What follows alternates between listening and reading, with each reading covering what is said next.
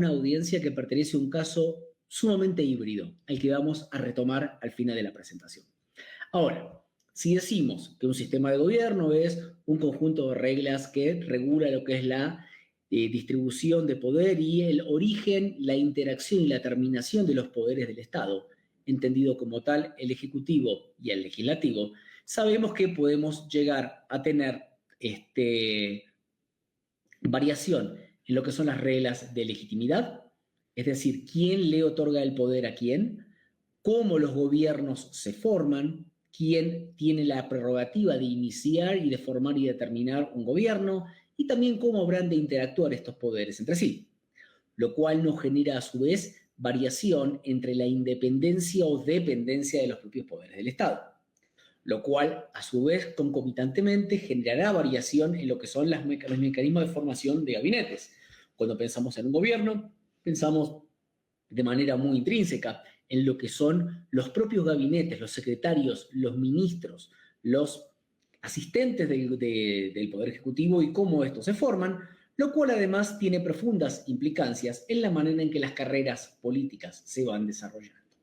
¿Sí? Ahora, vamos un poquitito a la parte más concreta. ¿Qué hablamos cuando hablamos de este tipo de variación? Bueno, sabemos que tenemos el origen de todo, que es la ciudadanía, y tanto ustedes como yo, oriundos de países con división de poderes, sabemos que votamos un poder legislativo y un poder ejecutivo separadamente. Ahora, por una cuestión hereditaria, también soy ciudadano italiano, y en los momentos que voto para el Parlamento italiano, para formar mis gobiernos en Italia, solamente me limito a esta flecha en particular. Sé que al delegar la soberanía en este poder, mis parlamentarios van a escoger un poder ejecutivo, al menos lo que es la jefatura de gobierno y su gabinete, y sabemos que a su vez este gobierno puede tener incidencia en la posterior formación y disolución inclusive de este poder legislativo.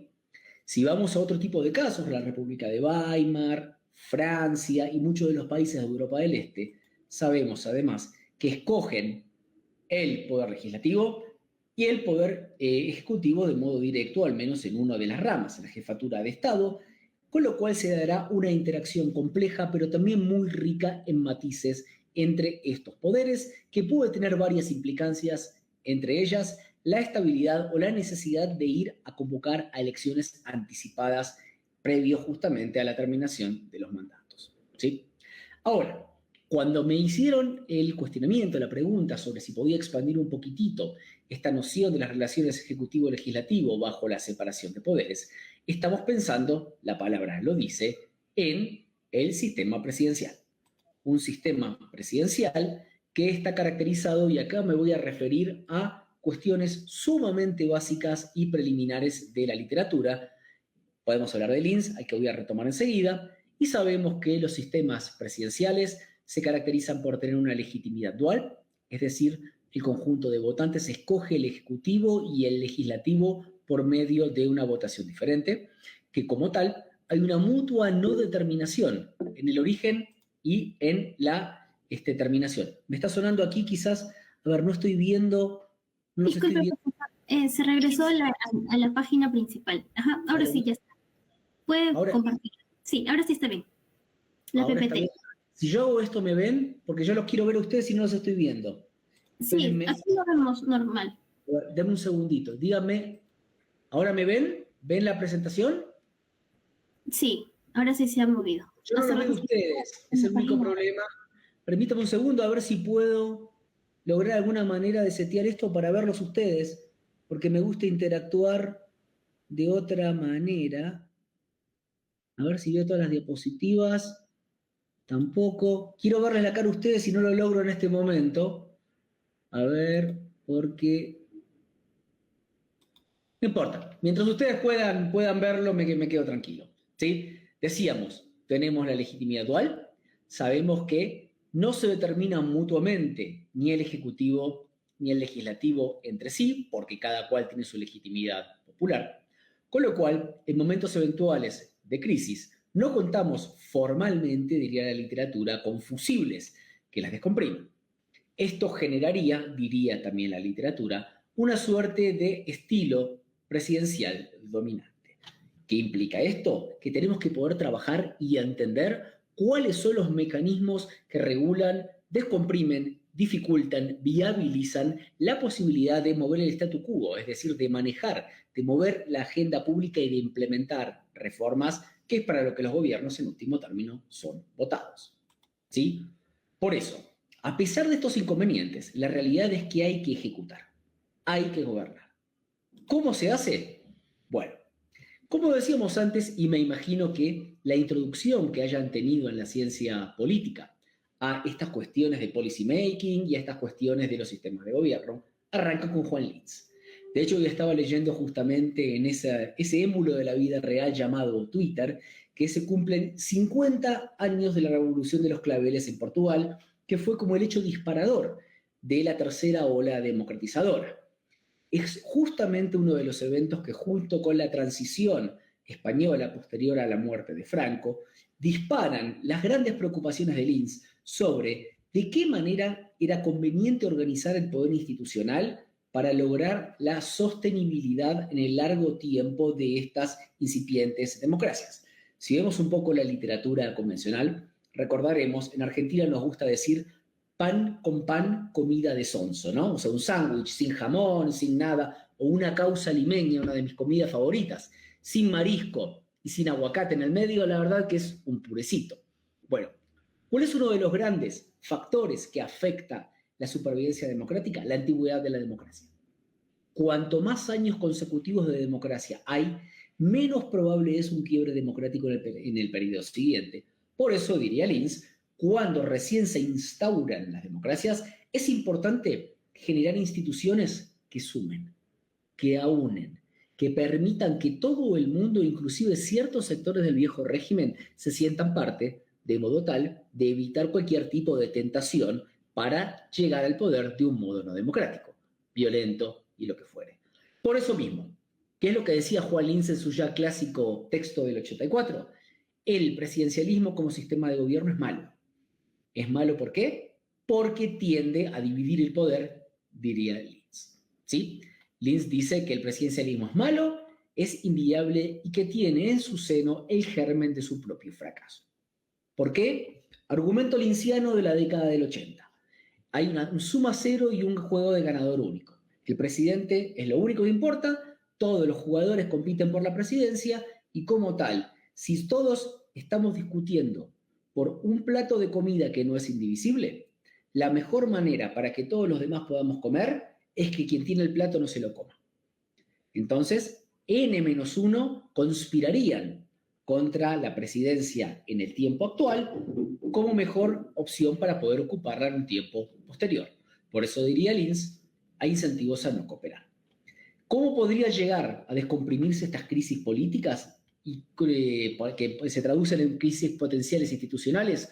Bueno, el juicio político, dice Linz, es casi imposible, que es el único mecanismo mediante el cual los poderes se tocan. Dado esto, que son 2/3 necesarios, cuando son bicamerales en ambas cámaras, sabemos que es muy complicado y que no hay fusibles para descomprimir.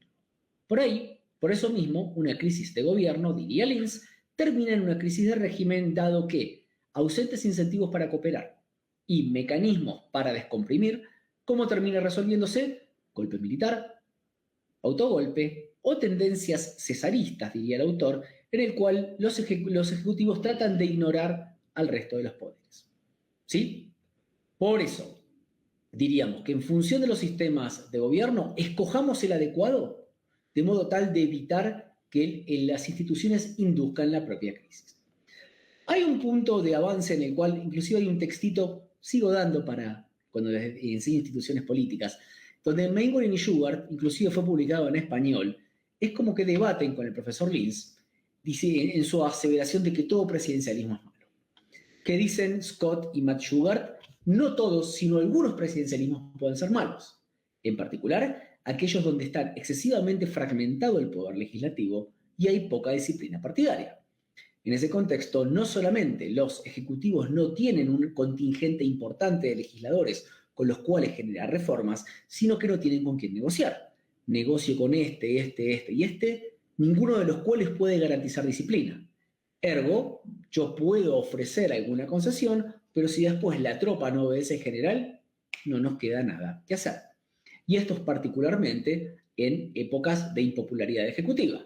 Uno puede haber forjado cierto colchón de apoyo legislativo, pero cuando la popularidad cae, nada los tiene atados, y así como hoy están, mañana le dan la espalda al presidente, disparando lo que luego diría Lins, que se genera una crisis de gobierno que puede degenerar en crisis de régimen. Por eso, Mengele y Schwartz, que nos recomiendan sistemas que no fragmenten mucho la configuración legislativa y que tampoco fomenten tanto el voto personal, de modo tal de evitar esta dispersión y esta falta de disciplina extrema, lo que Sartori llamaría la atomización. ¿Sí? Ahora, hay otro texto que a mí me sirve mucho para dar clases y que es el epílogo del libro Legislative Politics in Latin America, compilado por Scott Morgenstern y por Benito Nassif, y el epílogo de Cox y Morgenstern, que es el preludio de un paper, creo que es en Journal of Democracy, nos dicen que la perspectiva tiene que ser otra. El presidente está necesitado de cambiar el statu quo. Bueno, tiene que anticiparse al tipo de legislatura que se van a enfrentar. Es decir, ni bien asume el presidente sabe qué tipo de mayoría o de no mayoría tiene el legislativo, y sobre esa base y las conductas de los legisladores debería desarrollar estrategias tendientes a fomentar gobernabilidad. Por esto nos diría que si la legislatura es recalcitrante, es decir, tenemos un frontón y tiremos la pelota y en vez de ser tenis, va a ser pelota vasca o squash. Todo va a volver. Si la legislatura no nos responde ni quiere cooperar, y no habrá mejor alternativa que, o bien, buscar métodos alternativos, herramientas ejecutivas, o como diría José Sheibub, cederle la agenda a la oposición. El otro extremo es una legislatura marginal, una legislatura donde el presidente tiene mayoría y los legisladores son genuflexos. Sí, señor, ¿algo más? ¿Un cafecito con azúcar, con stevia, o lo toma así amargo? Frente a eso, simplemente, el presidente dicta política y no estaríamos hablando de problemas de gobernabilidad. Ahora, ¿qué tal un escenario intermedio? Donde la legislatura ni es mayoritariamente opositora ni obsecuente con el Ejecutivo. Ellos dicen, los autores, que podríamos tener una legislatura negociadora, en la cual hay distintos partidos que están dispuestos a cooperar a cambio de tener injerencia en la política pública, que muchas veces lleva a compartir los puestos en el gabinete, que sería una dinámica más parecida a cómo se forman las coaliciones en diseños parlamentarios. ¿Sí? Ahora, no siempre los partidos, los actores, buscan política ni formar parte de un gobierno.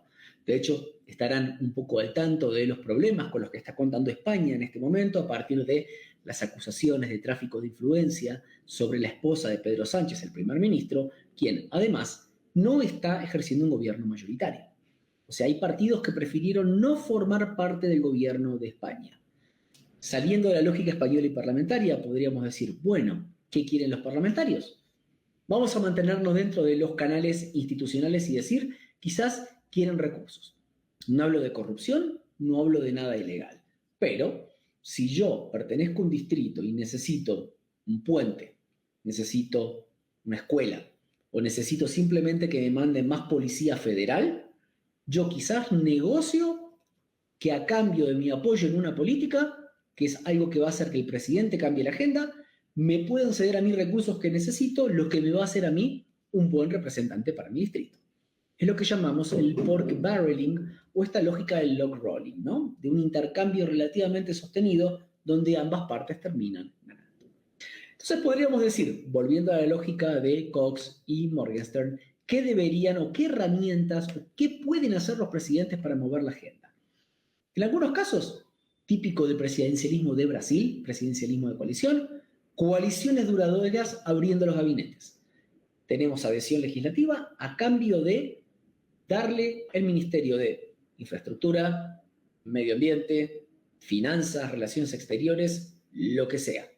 Abrimos el gabinete, cogobernamos y tratamos de generar una coalición estable a lo largo del tiempo. La otra sería lo que mencionaba anteriormente, intercambio de policies, políticas del presidente, por distribución de recursos. perfecto ejemplo gringo que vamos a ver al rato. Otro de los casos típicos también es Brasil, pero lo podemos ver en prácticamente todas las democracias presidenciales. Componentes, digámoslo, recursos a cambio de apoyo a nivel federal. Tenemos otra estrategia que acá los chicos, mis estudiantes en México, me mencionan mucho, que fue por el ejemplo del llamado Pacto por México, donde los otrora 3 partidos más importantes, el PRI, el PAN y el PRD, se pusieron de acuerdo para generar una reforma constitucional en el cual cada cual imponía un tema de agenda relevante. En algunos casos fue la reelección consecutiva, en otros lados tuvo que ver con determinadas políticas económicas y cuestiones impositivas. No recuerdo bien qué había pedido el PRD, pero se pusieron de acuerdo tácticamente las 3 partes para avanzar en algo que, si todos nos hubieran tomado las manos, no lo podrían haber generado. Pero también sabemos que los presidentes son presidentes y tratan de ejecutar política. Y a veces el diálogo, la negociación, llevan a buen puerto, pero a veces también los presidentes pueden recurrir a ciertos poderes legislativos que puedan estar en sus manos, ¿sí? En algunos casos, decisiones ejecutivas unilaterales, constitucionalmente permitidas, decretos de necesidad y urgencia, medidas provisorias, medidas urgentes, que en algunos casos son unilaterales del presidente, o en otras, como analiza Gabriel Negreto, tienen que ver con la delegación, que es, el Congreso dice, por tal periodo de tiempo, cedemos voluntariamente al Ejecutivo la facultad de implementar ciertas reformas por decreto delegado. Pero también, y en una audiencia peruana, más que nunca me podrán decir, hey, ¿pero no hay algún recurso inclusive más extremo? Por supuesto que lo hay. Y por supuesto la experiencia de Fujimori es notoria y es, pateamos el tablero. ¿Rompemos los límites? Podemos llegar a romper los límites, ¿sí? Pero en este caso, patear el tablero se refiere al trabajo de Cameron, autogolpe o buscarlo de otra manera. Me podrán preguntar la experiencia peruana, la discutimos luego. Hay otras maneras para tratar de resolver este tipo de crisis, como ser la disolución, pero no suele ser el mecanismo más frecuente en diseños presidenciales, ¿sí? Por eso decimos, señor Lins, no es que el presidencialismo necesariamente sea malo.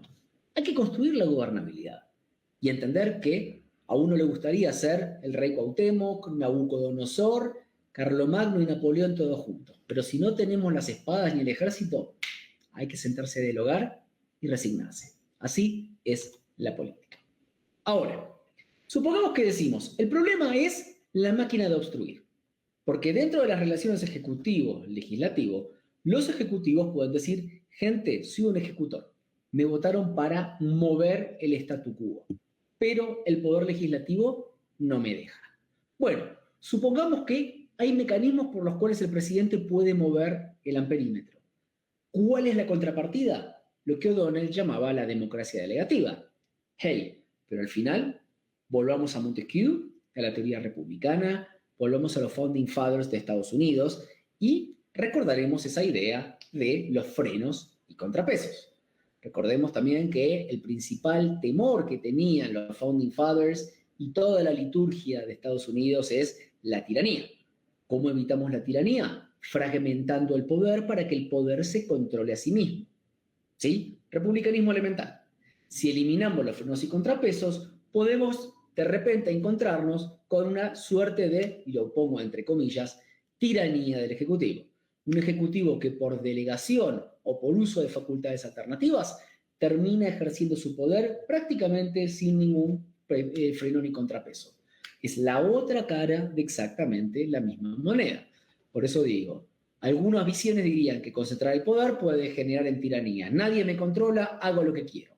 Ya sea en términos de políticas erráticas, caprichosas, o podemos decir falta de control puede generar incorruptela de un modo mucho más simple. Lo cual podría generar que el presidente se sienta un semidios. Digo semidios porque el único dios se llama Messi. Y no hay ningún presidente que sea Messi, así que dejémoslo por ahora en términos de semi. Si recordamos aquella vieja idea de Lins que decía que el juicio político es una quimera, podríamos suponer que en esta demanda, porque haya una relación decente, madura entre Ejecutivo y Legislativo, está subyacente la idea de que el Ejecutivo debe poder cambiar el statu quo.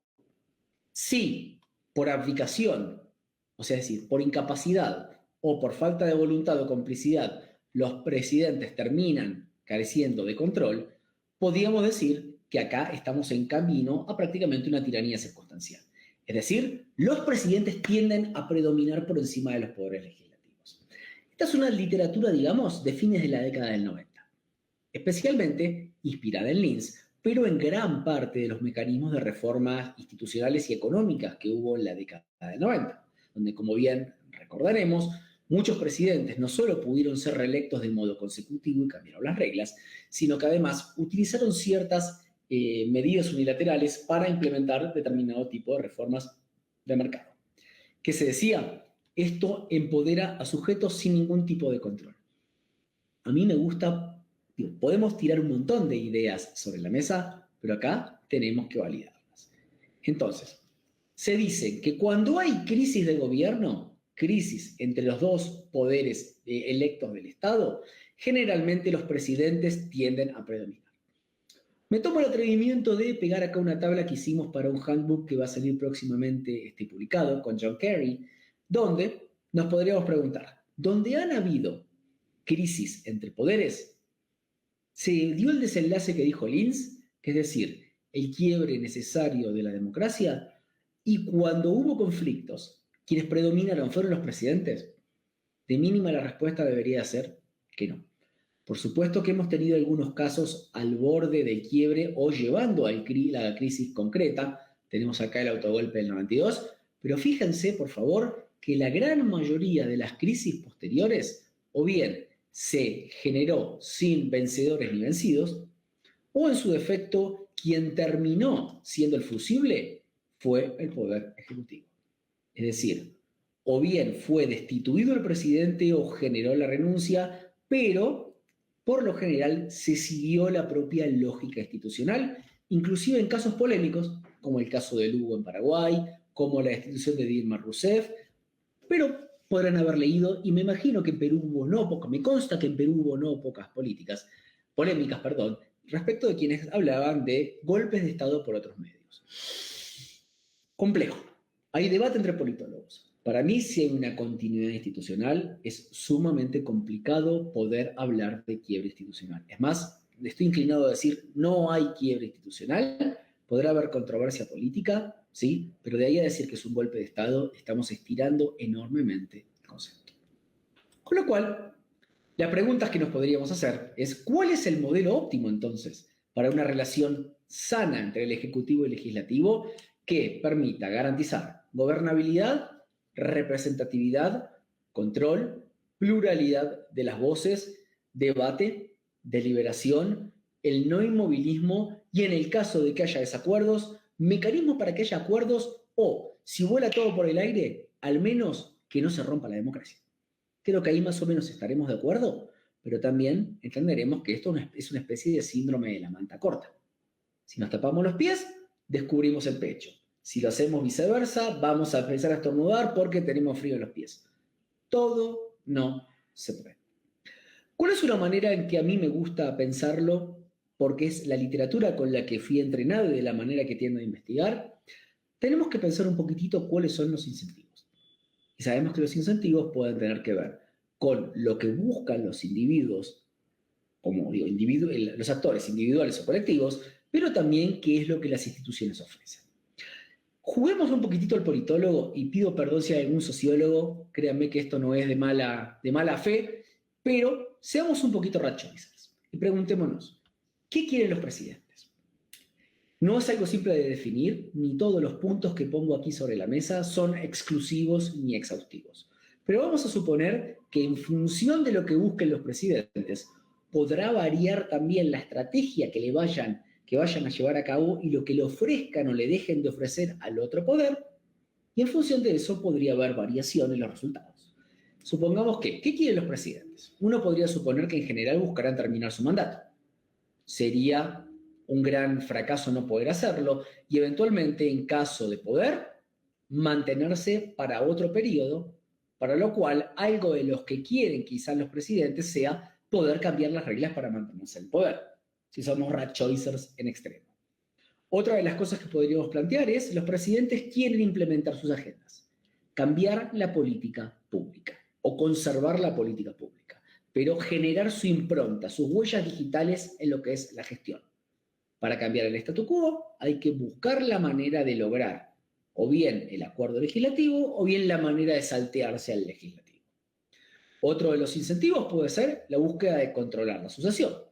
Puedo estar imposibilitado de reelegirme un periodo o nunca en mi vida, al estilo mexicano, y en función de eso quizás estoy interesado en garantizar una transición hacia quien me suceda, ya sea alguien de mi extrema confianza o, si puedo reelegirme después, un perfecto títere, un incompetente cuyo posible fracaso haga maximizar mis chances de regreso futuras.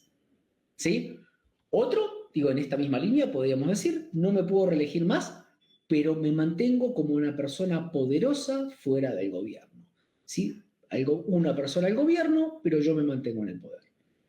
Otros, que diría la literatura de Estados Unidos, cuando los presidentes culminen su segundo mandato, que nunca más pueden regresar al cargo, que buscan el bronce, sus memorias, sus fundaciones, una foto con Messi, con Bad Bunny, o sea, buscan fama, popularidad, pasar a ser del jet set, no sabemos qué buscan, jet set, perdón, ¿sí? Pero cualquiera que sea su objetivo puede orientar lo que van a pedir y también lo que le pueden ofrecer al otro poder, que tampoco son títeres.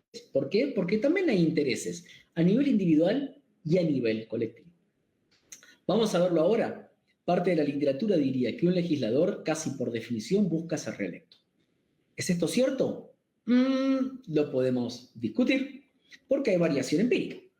Otra gente diría que los legisladores buscan saltar un cargo ejecutivo, ser gobernador, ser alcalde. Otros dirían buscan maximizar el poder interno dentro del legislativo, ser presidente de comisiones relevantes, presidente de la comisión de juicio político, de la comisión de acuerdos, o ser el speaker, el presidente de la Cámara, o formar parte de la mesa directiva. Probablemente a nivel individual y a nivel colectivo eso afecte estrategias. Otros dirán, ¿por qué no suponer que también quieren política pública? ¿O acaso solo el Ejecutivo puede querer cambiar el statu quo? No, señor. Busco política, tengo una relación concreta respecto del Ejecutivo. ¿Por qué no pensar que quieren saltar al Poder Ejecutivo también? Uno de los papers recientes que hicimos con Adrián Lucardi muestra cómo los legisladores pueden ser también, el Congreso puede ser un banco de suplentes, listos para saltar al Ejecutivo, que a su vez tiende a reclutar potenciales miembros de su gabinete en el Poder Legislativo. Podríamos pensar que quieren poder partidario, que un legislador busca forjar una dinastía, armar un clúster de gente que le garantice poder fáctico y también poder formal, o eventualmente podríamos pensar que buscan hacer negocios, esto entre múltiples tipos de supuestos que podemos llegar a esgrimir. ¿Sí? Entonces, si uno plantea que tenemos distintos actores, que tienen legitimidad separada, pero que la política y la gestión los tocan, y que pueden tener preferencias y, consecuentemente, estrategias diferentes, podríamos suponer que la elección de tal o cual camino y sus resultados vaya a afectar un número n de variables dependientes que son centrales para cualquier tipo de análisis. ¿Recordamos Menguin y Shugart que hablábamos al principio? Bueno, uno de los principales puntos que pueden ser afectados son los niveles de disciplina y o cohesión que vayan a tener los legisladores. Uno puede adoptar cierta estrategia a nivel colectivo o a nivel individual, me refiero a los ejecutivos, para lograr una mayoría coyuntural o mal que mal estable.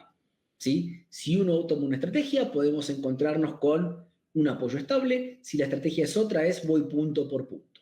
Y lo mismo podemos pensar de la reacción del legislativo. No sabe, a ver, si me vas a abrir el gabinete, quizás negociamos eso. Y si no, bueno, te haré facturar cada bendita mano que necesites que levantemos. Y ahí te saldrá caro en términos de recursos políticos y, ¿por qué no?, también materiales. Ahora, en función de la variación de incentivos y de estrategias, también podremos pensar en la estabilidad de los propios partidos, porque sabemos que hay altos niveles de variación en la estabilidad de la propia existencia de los partidos, ya sea electoral o legislativa, de los cambios de partido, del salto de un partido hacia el otro una vez que se ha ocupado el cargo legislativo en cuestión, o si se crean nuevos partidos desde dentro del Congreso, o si eventualmente traicionamos o nos mantenemos y decidimos siempre abstenernos sistemáticamente en determinados tipos de posturas. Ese tipo de particularidades afectará también las estrategias del Ejecutivo y a su vez el éxito del Ejecutivo para tomar ciertas estrategias estará a su vez influido por esto mismo. Por eso podemos pensar que la regla, digamos, el equilibrio precario en algunos casos puede ser siempre la cooperación o siempre el conflicto. Y de ahí en adelante con los matices podremos ir ajustando.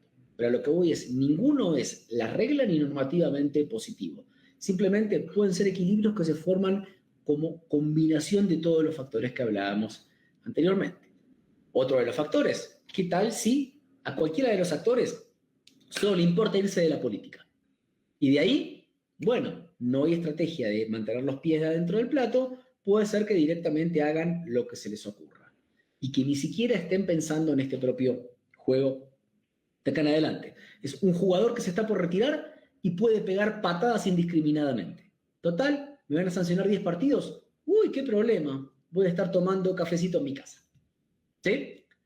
Otra de las cosas que pueden covariar tiene que ver con las actividades, y acá me meto también más en la parte estratégica, que pueden hacer, en este caso, los legisladores al momento de desarrollar actividades tangibles, sea para tomar posturas, sea para fortalecer sus recursos políticos o lo que fuere. ¿Cuáles son actividades típicamente tomadas como indicador de desempeño legislativo? Bueno, para ver disciplina, ¿qué solemos ver? Las votaciones nominales.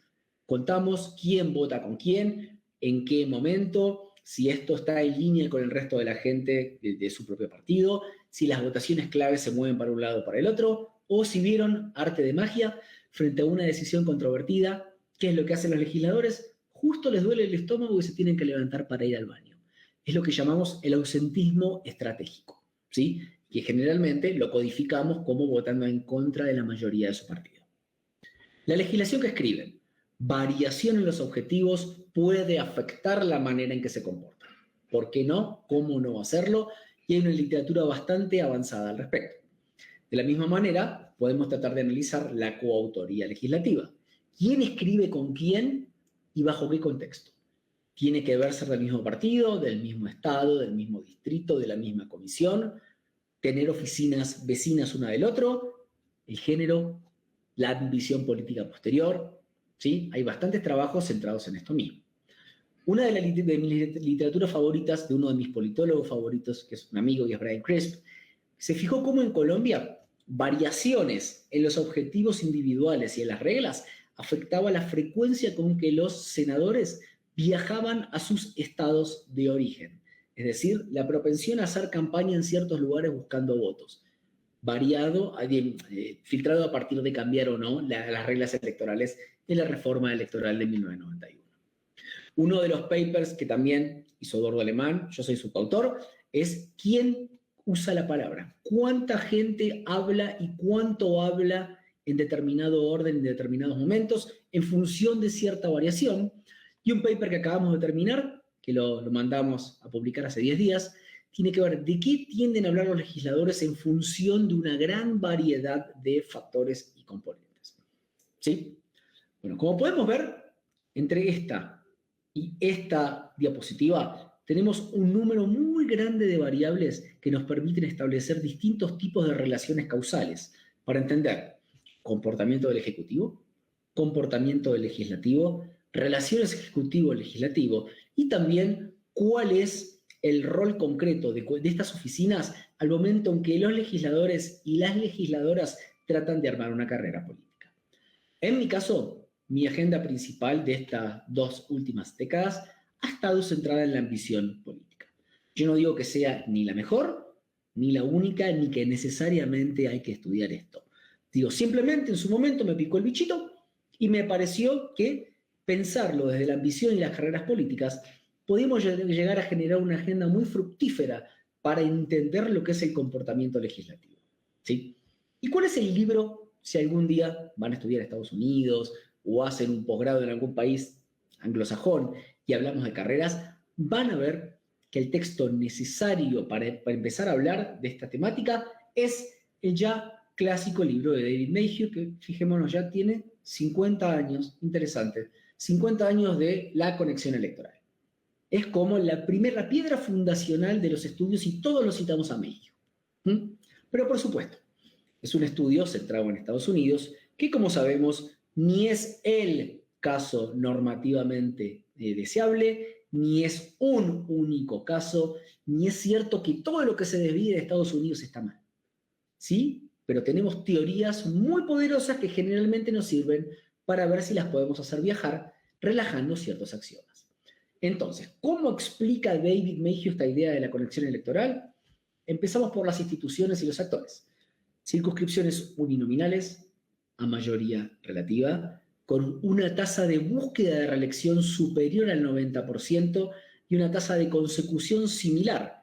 Es decir, más del 80% de los que están hoy van a estar en el mismo puesto dentro de 2 años. ¿Sí? A su vez, esta búsqueda y consecución de reelección en distritos geográficamente delimitados, donde el electorado conoce al representante y el representante conoce al electorado, se potencia por los mecanismos de selección de candidatos. ¿Cuáles son? Generalmente primarias. ¿Qué quiere decir la primaria? Todo el mundo puede votar. Como contrapartida, los líderes partidarios tienen muy pocas herramientas para condicionar, es decir, castigar o premiar la renominación de la persona que está en ese momento en la oficina. Como tal, esto fortalece la tendencia al voto personalizado. Ahora, ¿qué hacen estos legisladores que buscan la reelección y que le logran un voto personalizado para mantener felices a sus votantes pasados, que son los mismos del futuro? Delivery de políticas locales. ¿Sí? Por eso todo el mundo trata de lograr recursos para su distrito y mostrarse hasta como un broker, como un representante que lleva las cosas para que haya hospital, para que haya asfalto, para que haya fiesta nacional del pisco acholado en el distrito de Pisco o lo que sea. ¿Sí? Entonces, el legislador busca reelegirse, conoce a sus votantes, hace todo para ellos. ¡Qué bonito! El mundo feliz. Y se da esta idea del giant log roll, entre sujetos que piensan que no compiten entre sí, porque son distritos uninominales. Es decir, ningún legislador compite directamente contra el otro, salvo que cambien de distrito o haya redistritado. Cada cual se preocupa por su distrito, todos se votan a favor, todos felices. ¿Y el presidente? El presidente ofrece esas concesiones y logra generalmente, para esta literatura, implementar su agenda. Todos logran algo, los legisladores se llevan algo, los votantes están felices, el presidente también. Qué hermoso que es el mundo, y qué simple y qué fácil que funcione. Por eso, ¿con qué nos encontramos muchas veces? Hay que ir a un sistema idéntico al de Estados Unidos porque ahí funciona. ¿Y funciona por estas reglas y estas conductas? ¿O porque siendo Estados Unidos como es, todo el mundo, mal que mal, tácitamente acepta estas ideas? Es un contrafáctico, es una manera de pensar la causalidad, ¿no? Yo no creo que todo deba parecerse a Estados Unidos porque parte de axiomas muy específicos. Uno de ellos es que la ambición tiende a equipararse con reelección. Mi pregunta es, ¿el paso lógico de carrera de alguien que está en una oficina es mantenerse donde está? Es decir, si hoy como, yo qué sé, vamos a decir algo interesante, anticuchos, ¿lo lógico es que mañana coma anticuchos y pasado también? ¿O simplemente hoy como esto y mañana puedo aspirar a ir a Astrid y Gastón o a Cumanca a comer mejor todavía, no sé, un ceviche empaltado o lo que sea, que me encanta? ¿Sí? ¿Por qué no pensar que está muy bien lo que tenemos hoy, pero que esto es estratégico para pegar un salto de carrera? Y ahí es donde Joseph Schlesinger, también viendo a Estados Unidos, mira todo el entramado de estructura de carreras y nos dice, wait, acá no todo es tan mecánico. ¿Tenemos pautas de ambición estática? Sí, es decir, llego a una posición y me quedo para siempre. Cosa que vale en Estados Unidos a nivel del Congreso Federal y también en los sistemas parlamentarios. ¿Por qué? Pensemos juntos. ¿Cuál es el objetivo de carrera en un sistema parlamentario? Ser primer ministro y eventualmente formar parte del gabinete. Pero no nos olvidemos que para ser miembro del gabinete es condición necesaria ser miembro del Parlamento, ¿sí? Por esta idea del mecanismo de confianza. Entonces, la búsqueda de reelección permanente pasa a ser una condición necesaria para poder mantenerse en la carrera política y seguir aspirando hacia arriba, ¿sí? Lo cual también nos da una idea de progreso. ¿Por qué no pensar que hoy estoy acá y lo veo estratégicamente para tratar de el día de mañana ascender en la escalera de carreras políticas? Y acá pongo Argentina y Brasil, pero también lo hemos visto en otros casos, como prototipos de gente que busca un asiento legislativo con el objetivo de luego saltar a la gobernación o saltar a ser alcaldes, ¿sí? Ambición de progreso. Pero también tenemos la ambición discreta. La ambición discreta, que es algo más bien típico de contextos de legislaturas amateur. Un periodo, me saco el gusto, taza a taza, cada uno para su casa. No hay expectativa de mantenerse.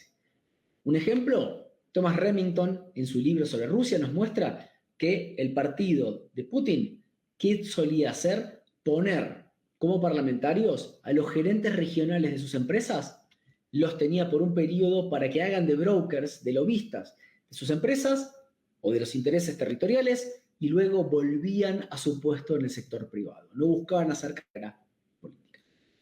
Por eso, tenemos esto como un dato. Entonces nos podemos preguntar, si varía la ambición, ¿varía la conducta? ¿Sí? Esta es pregunta teórica.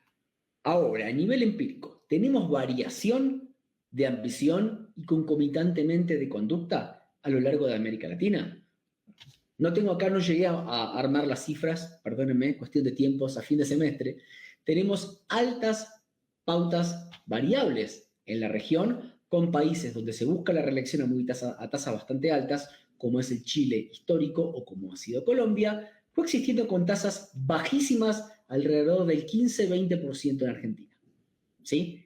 Eso implica que hay variación en las conductas, definitivamente.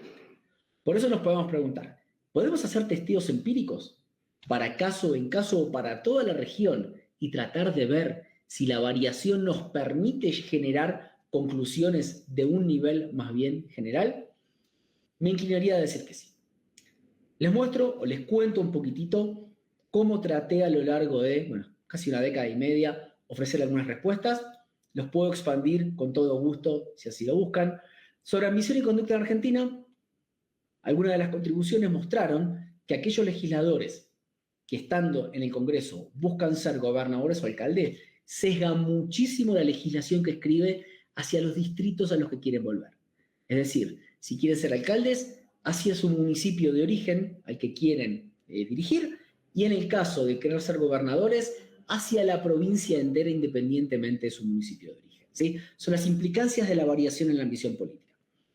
Luego, en otro paper vi que aquellos individuos que buscan ser gobernadores, estando en el Congreso, tienden a escribir más legislación en conjunto, más allá de su partido, de su provincia, de la comisión, y que el único punto interesante e intuitivo es cuando dos individuos buscan ser gobernadores de la misma provincia, tienden a colaborar menos, lo cual tiene sentido, ¿sí? Porque voy a cooperar con alguien que quizás se puede llevar el rédito de mi propia producción.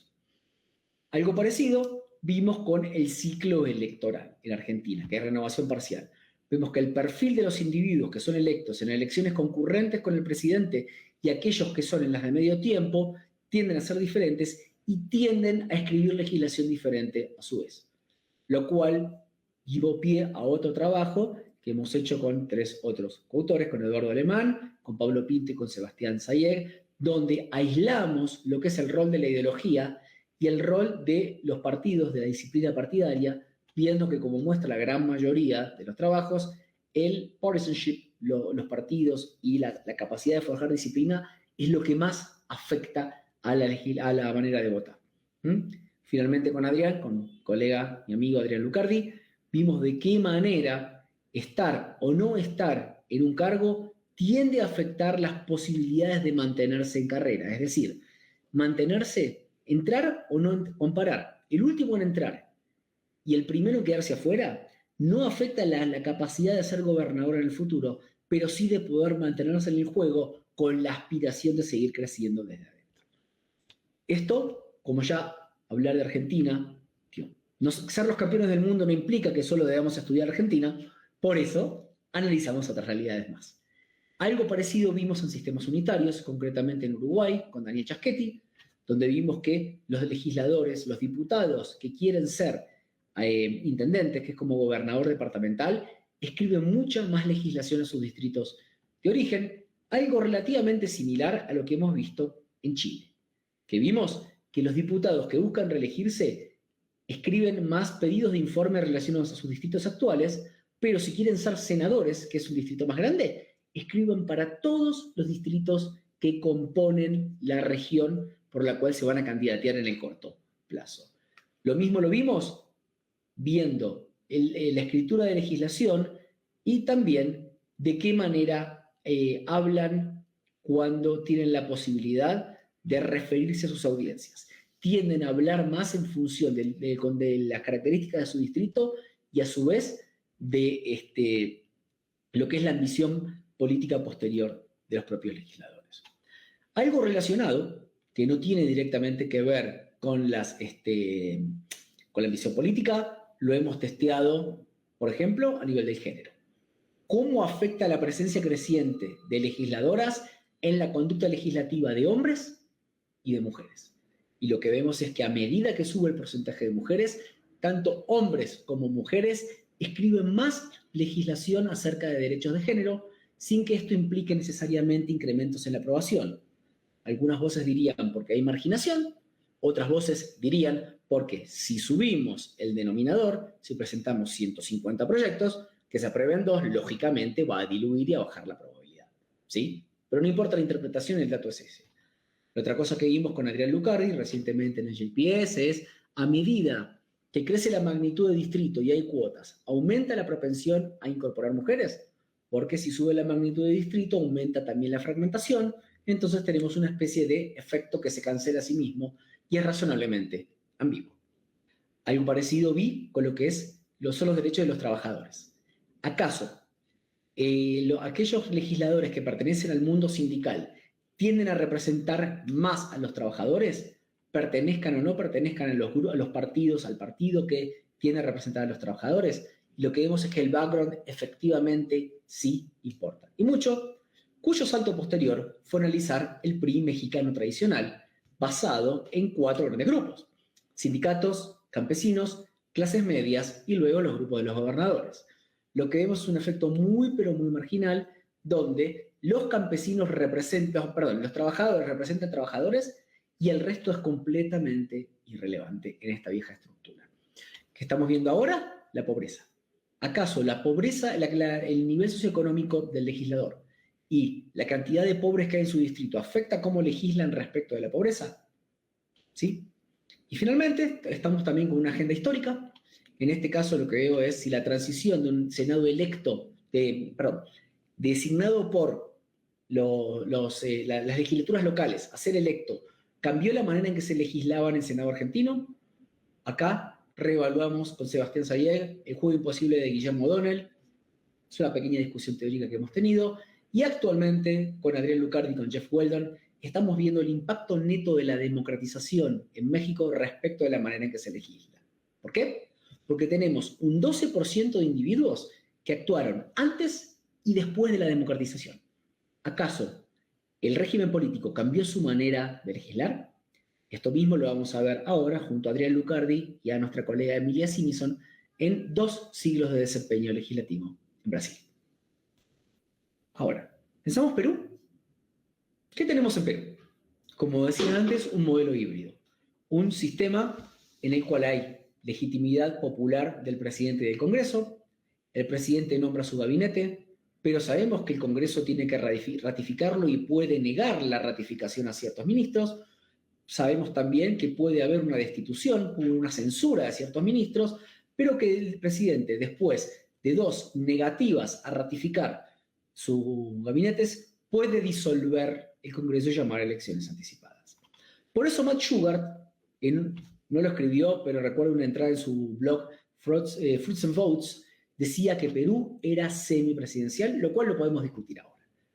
Ahora, Para discutir Perú en esta lógica, ¿qué deberíamos pensar? ¿Cómo son las cuotas de reelección? Ya sean las barreras legales, como la búsqueda de facto sabiendo que es un país, no obstante, unitario. ¿Qué tal la estabilidad de los partidos? ¿Sí? Los partidos se mantienen, podemos generar coaliciones estables porque sabemos que hay partidos que se mantienen a lo largo del tiempo, pero posible cualquier tipo de nombres, tanto el fujimorismo como el no fujimorismo, o los partidos son efímeros. Y eso es lo que explica en parte la inestabilidad porque nadie puede negociar creíblemente con nadie.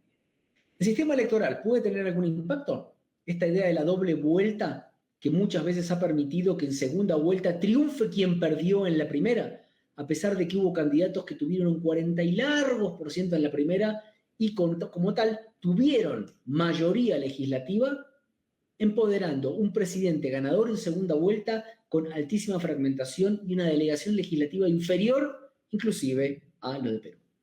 Por eso mismo, y acá volviendo un poco a la idea politológica, la pregunta con la que me gustaría cerrar, pero abrir el debate es, si tenemos inestabilidad, ¿es porque los incentivos son malos, las reglas son perversas, o los jugadores, no quise decir son malos, pero sí poder decir son jugadores imperfectos?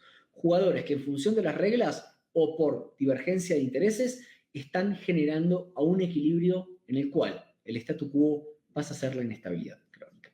Así que abro, si se quiere, el debate. Les agradezco muchísimo por el tiempo en escucharme. Me pueden escribir, lejos de molestar es un gusto.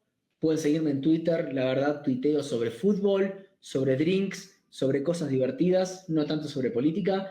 Y pueden encontrar la mayoría de los trabajos que cité, los que están publicados, acá en mi página web.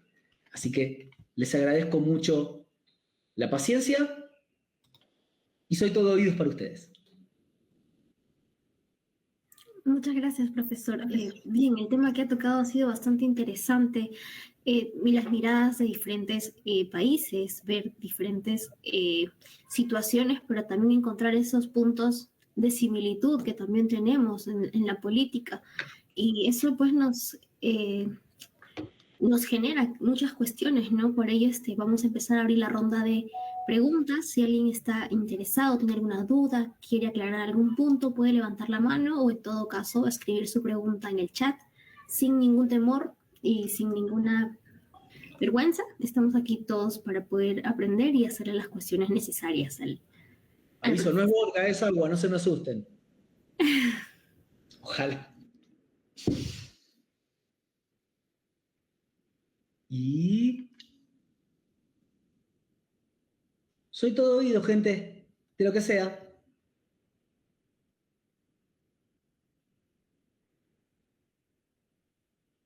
Me quieren insultar por el mundial, por lo que sea, tampoco hay problema. Tenemos a alguien acá.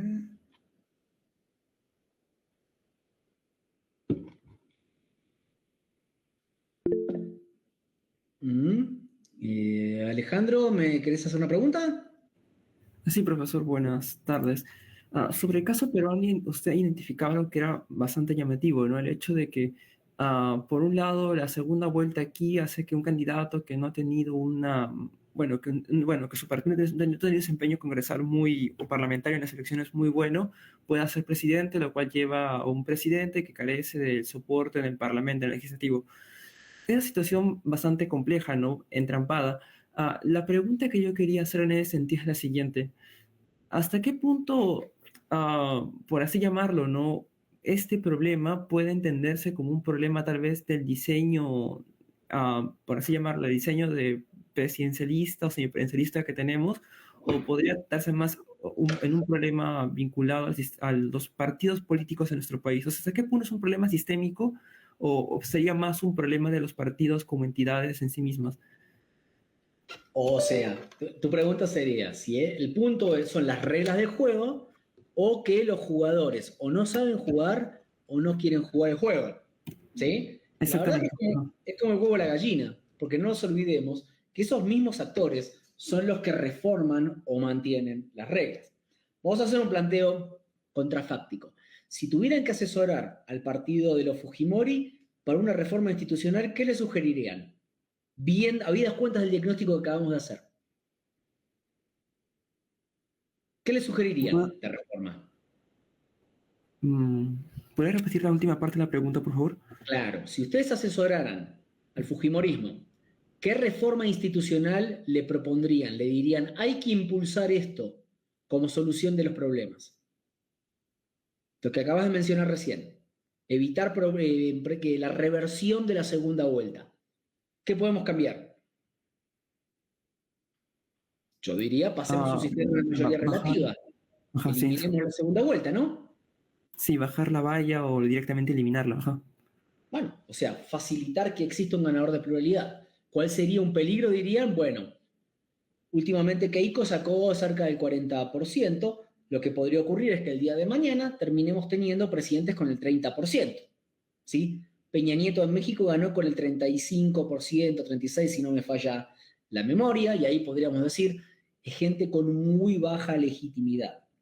¿Sí? Sería uno de los problemas. Si quisiéramos reducir la fragmentación, podríamos cambiar un poco las reglas electorales. Estaba justamente discutiendo con mis alumnos de instituciones políticas y me llamó mucho la atención que las magnitudes de distritos son bajas en Perú.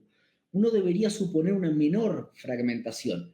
Podríamos cambiar un poco el sistema y subir las barreras o generar algunas cláusulas alternativas para evitar la fragmentación, asumiendo que uno de los problemas puede ser la fragmentación extrema y la falta de consistencia entre el partido de la presidencia y la mayoría legislativa. ¿Sí? Ahora, lo que me preguntaba si es un problema de los jugadores, quizás va de la mano del otro. Con estas reglas, ¿qué tipo de jugadores suelen acceder a la cancha? ¿Sí? Quizás lo que deberíamos hacer son reglas más partidocéntricas, listas cerradas y bloqueadas de magnitud muy baja, donde la banca le pertenece al partido y no al legislador, o generar que para aspirar a la representación hay que tener determinado porcentaje de votos y representación en tantos distritos, ¿sí? O algún otro tipo de regla que induzca. Ahora, la pregunta es, ¿a quién beneficia y a quién perjudica ese tipo de reglas? Porque nadie se va a pegar un tiro en el pie, menos que menos, en un contexto tan volátil y de tan alta incertidumbre como Perú. Por eso digo, quizás son los jugadores, pero los jugadores diseñan este tipo de reglas de modo tal de no inducir involuntariamente quizás su propia desaparición. Así que la respuesta es que van los dos de la mano, en mi modesta visión por lo menos. Sí, profesor, entiendo. Tal vez para añadir una cuestión más como una pregunta, bueno, como parte de una siguiente pregunta, y bueno, ya terminar mi intervención. La doctora Paula Muñoz ha hecho un estudio a nivel subnacional. En el caso de subnacional, bueno, identifica de que los candidatos que suelen tener más presencia en las elecciones son aquellos que en efecto logran, por así llamarlo, movilizar más a la gente, no llenar plaza, como le llama, llenar plaza en las provincias, ofrecer cosas para que siquiera le dejen poder dar su propuesta y en fin. Pero la cuestión que que quisiera señalar es la siguiente, de que este candidato, para poder desplegarse de esta manera, suele tener por lo general un conjunto de financistas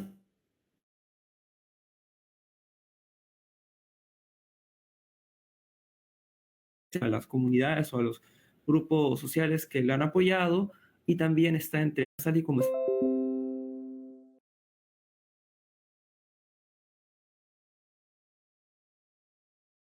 solución de instituciones, o dependería más de una acción externa, de un input externo por parte de la ciudadanía. Temas más homogéneos o más cohesivos. Eso es parte de la literatura de la década del 90, te diría. Otra literatura, la de Susan Rose Ackerman y Yana Kunikova, dirían que no, que los que suelen ser más corruptos son los partidos porque los líderes manejan el presupuesto y pueden vender los votos en bloque.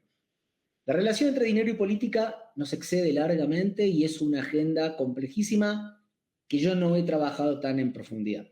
Ahora, de la ciudadanía, ahí está parte de la cuestión, y ahí, por el amor de Dios, no me malinterpreten, pero a veces también está esa postura naif de el problema son los políticos y no los ciudadanos. Bueno, ¿quiénes votan los ciudadanos? Bueno, es que los políticos son malos. Bueno, ¿y por qué no formamos partidos? Porque es difícil. Entonces es el huevo la gallina. La pregunta es, ¿qué quieren los ciudadanos también?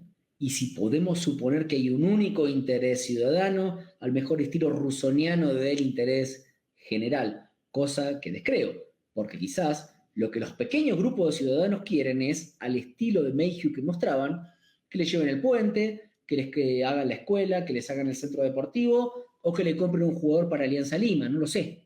Que by the way le prestamos a Catriel Cabellos, cuídenlo, por favor. Entonces, creo que lo que tenemos que ver ahí es intereses y después la accountability. ¿Realmente el votante se informa como para poder castigar o qué es lo que el votante puede llegar a castigar? Hay una contribución, hay una literatura interesante sobre clientelismo, por ejemplo. El clientelismo. ¿Quién es el bueno y quién es el malo? El político que mantiene la clientela cautiva, entre comillas, a partir de concentrar recursos, o quien demanda recursos materiales. Un trabajo de Ezequiel González Ocantos, David Nicholson y Chad Hewitt y Carlos Meléndez. Carlos Meléndez, de hecho, un compatriota de ustedes, donde ellos muestran que la tolerancia a las relaciones clientelares es bastante contingente, bastante condicional a las redes personales, pero también a la elasticidad de la demanda. O sea, quienes no necesitan el clientelismo no lo van a condenar, pero quienes conocen gente cercana a las redes y quienes más lo necesitan son los más propensos a no quejarse del clientelismo, sino que además a demandarlo. Entonces, para cerrar, porque si no, tu pregunta fue larga, mi respuesta puede ser larguísima. Lo que te digo es, no pensemos que el punto es que los políticos malos no obedecen a la ciudadanía buena, ¿sí? A esos políticos que vienen de la misma sociedad también los vota la sociedad y no está claro qué es lo que la sociedad quiere. Yanela, ¿me la querés decir en voz alta? ¿Querés que la lea acá y la decimos? ¿Te animás ¿Querés hacer la pregunta? ¿Sí lo rebotamos? Sí, profesor. Bueno, básicamente, quizás un poco más en el lado de las instituciones, es de qué manera la fortaleza o debilidad de estas mismas pueden influir en lo que es en la formación de gobierno y también entre esa interacción que se da entre los dos poderes, que es el ejecutivo y el legislativo, ¿no? Por ejemplo, acá en Perú tenemos el poder judicial con una fuerte dependencia, ¿no?, hacia los otros poderes. Entonces, ¿cómo podría influir esto? Interesante. Yanela, pero mi pregunta es la siguiente. Vemos que el poder ejecutivo y el poder legislativo en Perú son sumamente volátiles. ¿Sí? Bueno, a PPK no le hace falta, tiene plata ya de antemano. Pero si un presidente en Perú sube al poder y va a pedir un crédito y en el banco le dice, usted tiene un trabajo estable, ¿qué le debería responder el presidente? ¿Tiene un trabajo estable? ¿Cuánto puede llegar a durar? E incluyo a la presidenta actual. Entonces, ¿quién controla el Poder Judicial? ¿El presidente de hace 5 años, el que se acaba de ir, el que está ahora y se puede llegar a ir? Y el Poder Legislativo hemos visto que es sumamente fraccionado, sumamente volátil, ¿sí? O sea, son relaciones conflictivas. Entonces, mi primera pregunta es, ¿de quién depende el Poder Judicial? Y segundo, ¿cómo afectaría el Poder Judicial en 2 o 3 vetas distintas? Una es si el Poder Judicial mira para el costado al momento de que se generen determinado tipo de mecanismos. Y ahí pienso en estaba pensando en la destitución, ¿fue de Vizcarra por un acto de corrupción supuesto cuando era gobernador? Recuérdenme que estoy medio dormido hoy. Sí, pero también creo que fue más que nada por el tema de las vacunas, que se vacunó de manera anticipada, informal, al margen de la ley, creo. Sí. Vizcarra. ¿Pero eso es un causal de juicio político? Porque recordemos que esto no es un sistema parlamentario donde simplemente una mala borrachera de pisco sour hace que se levante una parte de legisladores y digan censuro al gobierno. Para que haya un juicio político tiene que haber causales taxativos. Traición a la patria, corrupción, mal desempeño de sus funciones, incapacidad mental. Decir que algo de la vacunación es causal de juicio político es político. Pero una cosa es decir, la Corte no estaba... a Vizcarra lo destituyen a partir del caso de corrupción de cuando era gobernador, alcalde, no recuerdo qué. Si yo fuera juez de la Corte, digo, a ver, eso en todo caso sería causal de juicio político al gobierno local, no al gobierno federal. Que el Poder Judicial no ejerce ese control de constitucionalidad puede ser una de las cosas que había preguntado Yanela.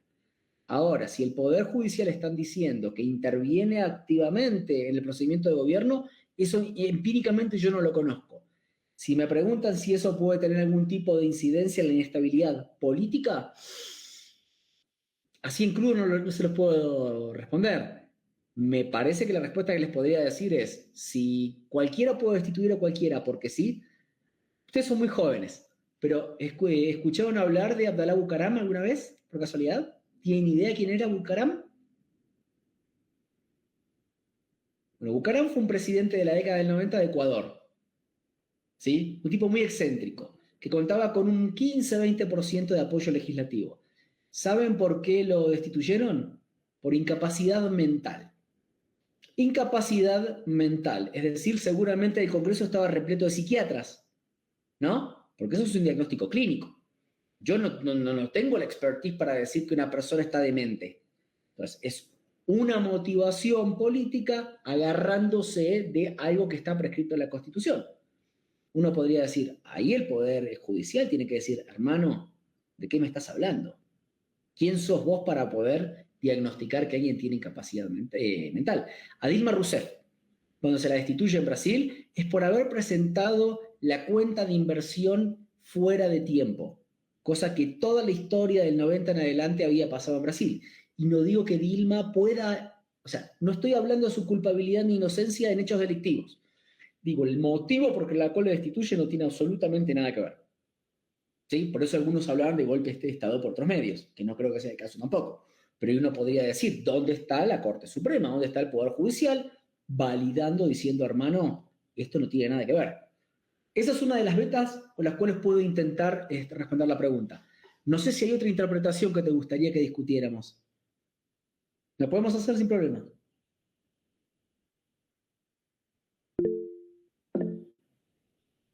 ¿Eduardo?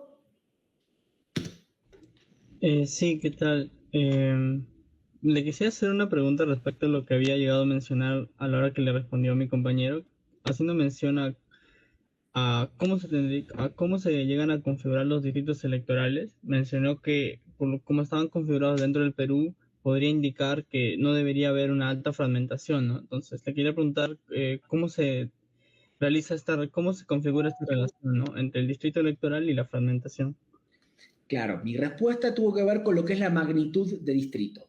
Es decir, la cantidad de bancas que se escogen en cada uno de los distritos electorales. Piénsenlo de esta manera. Si en un distrito se elige solo uno, ¿cuántos partidos estarán representados en ese distrito? No más de uno. Si se eligen tres, hay tres distribuciones posibles.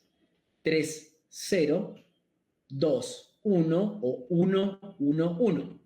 ¿Sí? Si elegimos 100 o 120 como en la Knesset de Israel, la fragmentación es muy superior. Piensen que precisamos un 0,8% para poder aspirar a una banca. Entonces, por diseño, uno no debería esperar un nivel de fragmentación tan amplio. Ahora, esto es un contexto, hasta diría, de abogado, porque no estamos viendo la parte dinámica. Ustedes me pueden llegar a decir, sí, se eligen 7, pero solo compiten partidos de este distrito contra partidos de otro distrito contra partidos de otro distrito. Entonces, si no hay una estructuración de la competencia, podemos tener un montón de magnitudes chicas y no obstante fomentar la fragmentación. Yo lo que suponía, se dio así de casualidad en una de mis clases, es que bueno, acá debemos tener unas magnitudes altísimas y nada que ver. Entonces, la institución en sí está razonablemente bien diseñada si lo que se quiere es disminuir la fragmentación. Probablemente hay otros mecanismos, no he estudiado tan en profundidad el caso. La verdad me han metido el bichito en la cabeza para tratar de entender un poquito de estos condicionantes. Pero desde el input uno no esperaría semejante nivel de fragmentación. Con lo cual la respuesta es más política.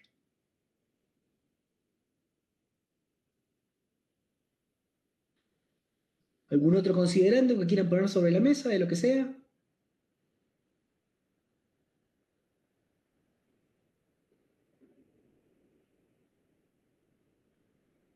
Sin miedo, sin pudor.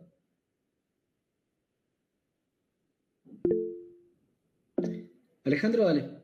Sí, es tal vez un tema no del todo vinculado al tema que acaba de tocar, pero que sí se vincula, ¿no?, con la democracia. hay un autor llamado Schefter, si no me equivoco, que dice algo que es llamativo, es sobre el desarrollo de la vinculación entre la democracia y también lo que viene a ser el desarrollo de burocracias, ¿no? Funcionariado.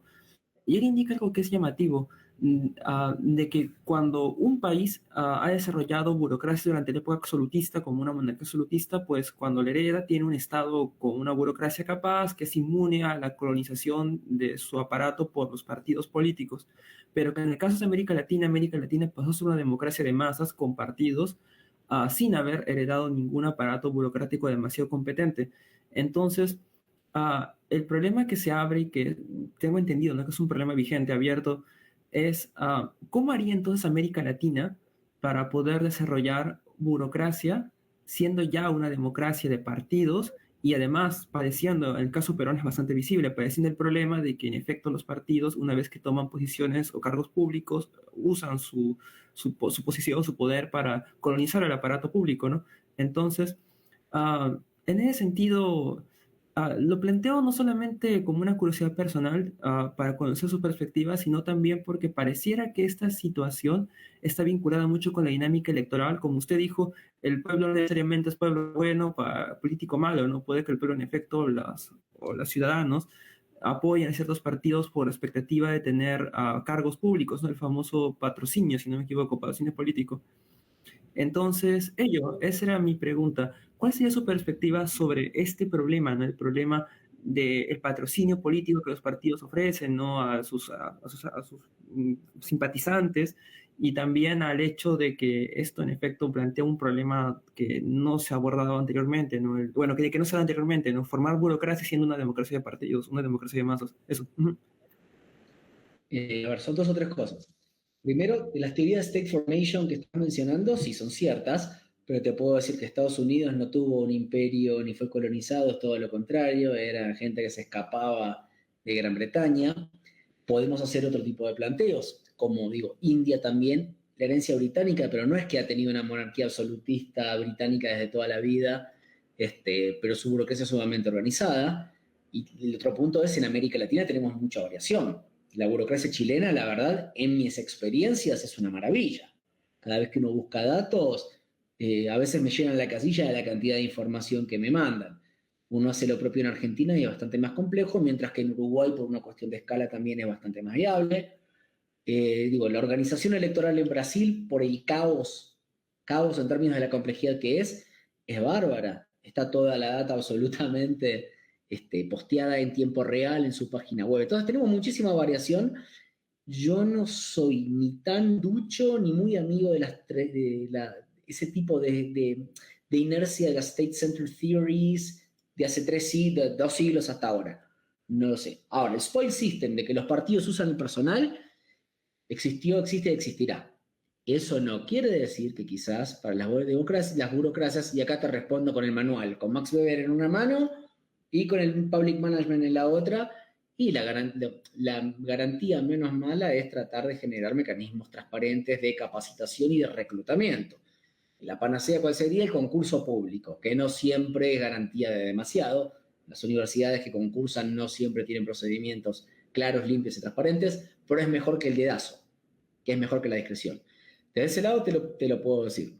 Después también es cierto que las burocracias también desarrollan muchos intereses propios, culturas del trabajo, pero también es cierto que en la política y en la gestión hay vías alternativas para nombrar los contratos, para buscar financiamiento para determinadas reformas por otros medios. Yo soy un gran estudioso de las burocracias. Lo que te diría es, yo no pondría tanto el eje en la explicación estructural o de legado histórico porque tenemos mucha variación. Sí, quizás te diría buscar los mecanismos de nominación, reclutamiento de funcionarios más eficientes posibles. Pero ahí me van a tildar de antipopular porque implicaría debilitar el rol de los sindicatos al momento de aplicar premios y castigos. Yo no estoy argumentando eso, pero sería una implicancia posible. Y ahí es donde volvemos a la idea política, ¿no? ¿Qué ejecutivo se enfrentaría? Fíjense si quiere lo que está así, bueno, no estoy poniéndolo como ejemplo, ni nada deseable, pero gran parte de los problemas que está teniendo Milei en este momento, aparte de que la boca, es con que, bueno, está tratando de ir en contra de grupos con capacidad de movilización y capacidad de infligir daño político y de tomar las calles, ¿no? O sea, en resumen, no te respondí la respuesta porque no tengo una respuesta cabal, pero descreo de las teorías más bien de largo plazo. Quizás el equivocado sea yo. Entendido, profesor. Muchas gracias por sus perspectivas. Sería interesante reanudar el debate en otra oportunidad, ¿no? Pero agradezco mucho su respuesta. No, faltaba más.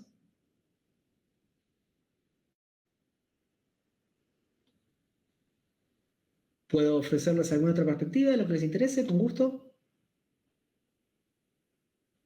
¿Alguna pregunta más, chicos? Anímense.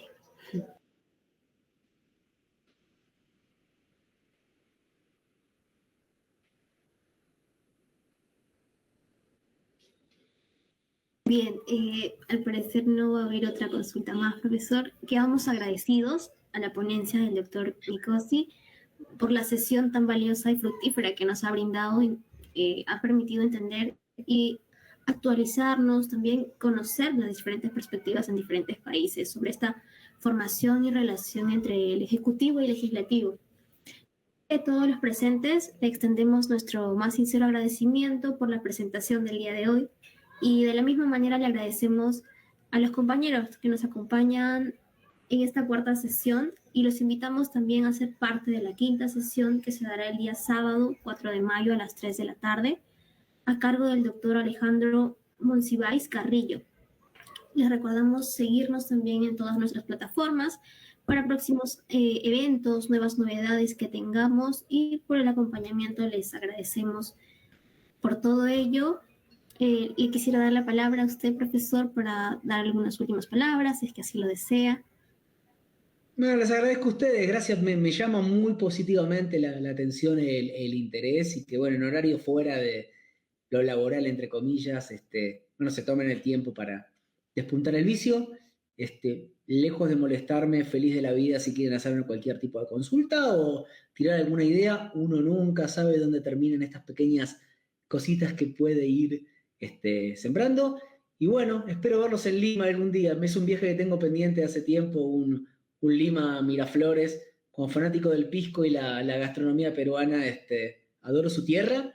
Así que bueno, si llego a estar por allá será un gusto conversar en algún momento. Muchas gracias, profesor. Sí, sería un gusto darse esa visita aquí a Perú, poder tenerlo pues en nuestra casa de estudios, que es San Marcos, para ya una sesión presencial, quizás más dinámica. Y quedamos agradecidos por su ponencia del día de hoy. Quiero pedirles a los asistentes si pueden prender su cámara para tomarnos una foto, por lo menos para tener un recuerdo aquí de manera virtual, hasta el momento, porque Perú lo espera. Así que les pido por favor que prendan sus cámaras.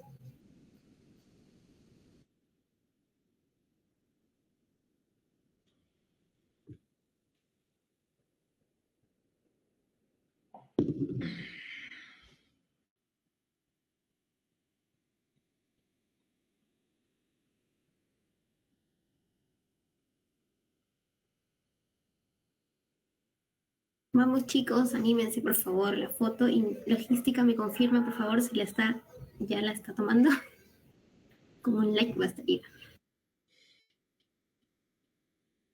Gracias, prendan sus cámaras por favor, o en todo caso reaccionen para que esto se pueda ver en la publicación.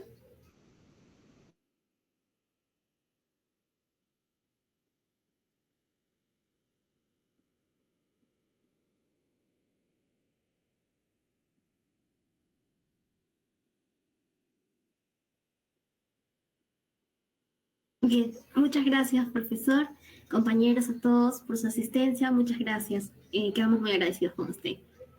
Gusto mío, pendiente.